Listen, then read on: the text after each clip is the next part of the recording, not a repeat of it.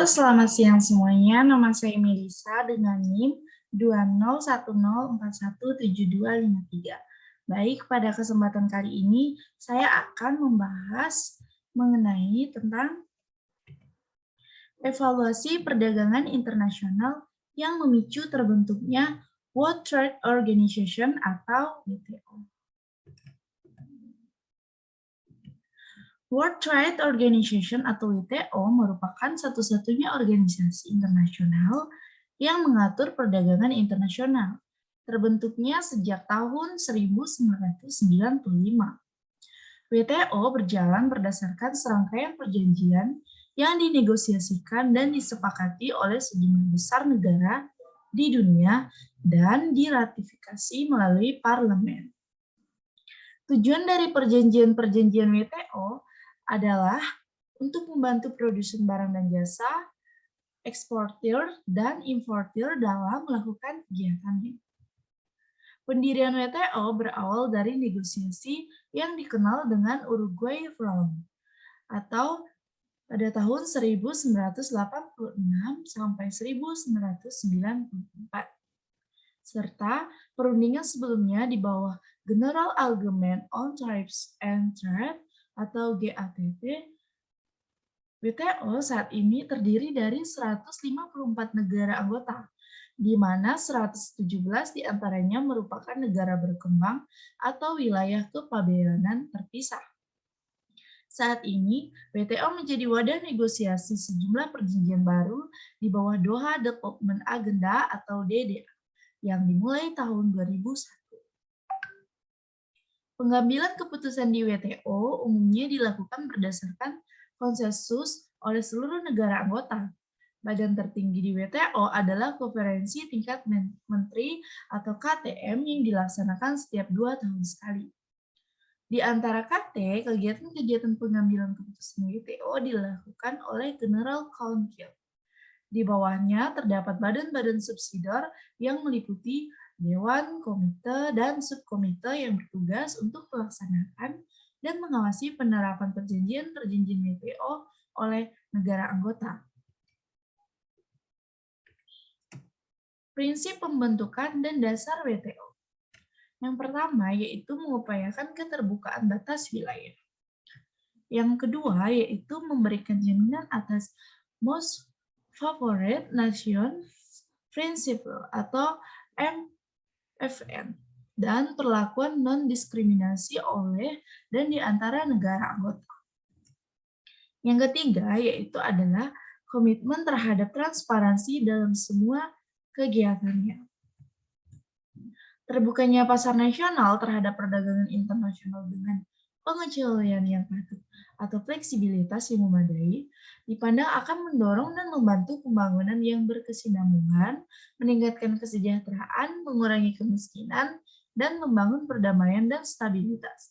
Pada saat yang bersamaan, keterbukaan pasar harus disertai dengan kebijakan nasional dan internasional yang sesuai dan yang dapat memberikan kontribusi terhadap pertumbuhan dan pembangunan ekonomi sesuai dengan kebutuhan dan aspirasi setiap negara anggota. Dalam perkembangannya, isu pertanian khususnya terkait penurunan subsidi domestik dan tarif produk pertanian menjadi isu yang sangat menentukan jalannya proses perundingan.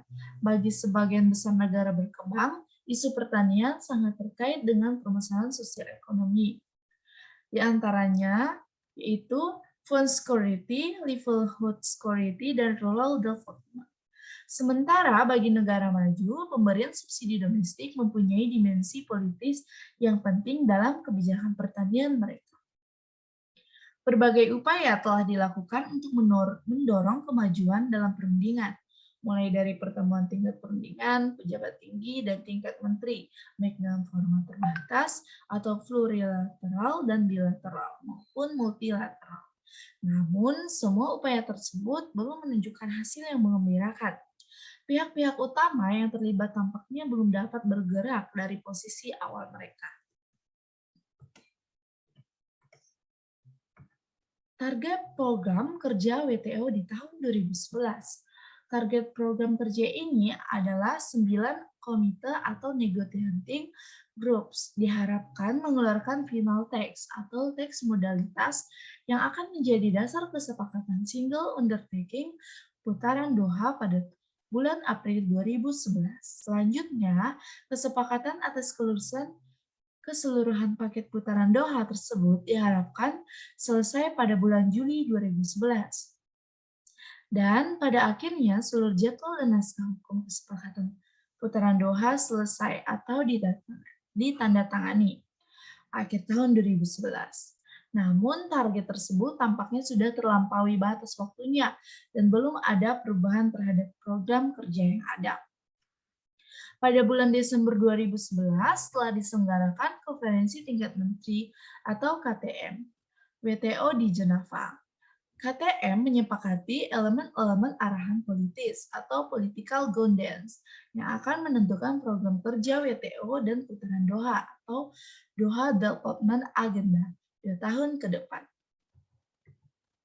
Arahan politis yang disepakati bersama. Yang pertama, penguatan sistem perdagangan multilateral dan WTO. Yang kedua, penguatan aktivitas WTO dalam isu-isu perdagangan dan pembangunan. Dan yang ketiga, langkah ke depan penyelesaian perundingan putaran Doha. Sebuah titik terang muncul pada KTM ke-9 pada Bali 3-7 Desember 2013, di mana untuk pertama kalinya dalam sejarah WTO, organisasi ini dianggap telah full delivered. Negara-negara anggota WTO telah menyepakati paket Bali sebagai outcome dari KTM ke-9 WTO. Isu-isu dalam paket Bali mencakup isu fasilitasi perdagangan, pembangunan, dan LDCs, serta pertanian merupakan sebagian dari isu perdagangan DDA. Disepakatinya paket Bali merupakan suatu capaian historis.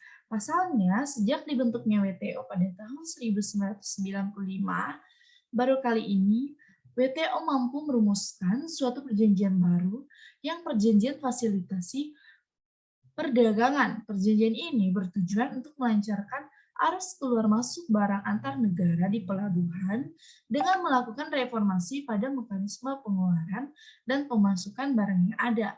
Arus masuk keluar barang yang lancar di pelabuhan tentu akan dapat mendukung upaya pemerintah Indonesia untuk meningkatkan daya saing perekonomian dan memperluas akses pasar produk ekspor Indonesia di luar negeri.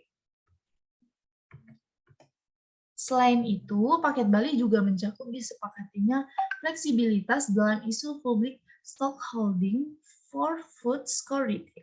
Hal ini akan memberikan keleluasan bagi negara-negara berkembang, termasuk Indonesia, untuk memberikan subsidi bagi ketersediaan pangan yang murah bagi rakyat miskin, tanpa khawatir digugat di forum dispute settlement body WTO.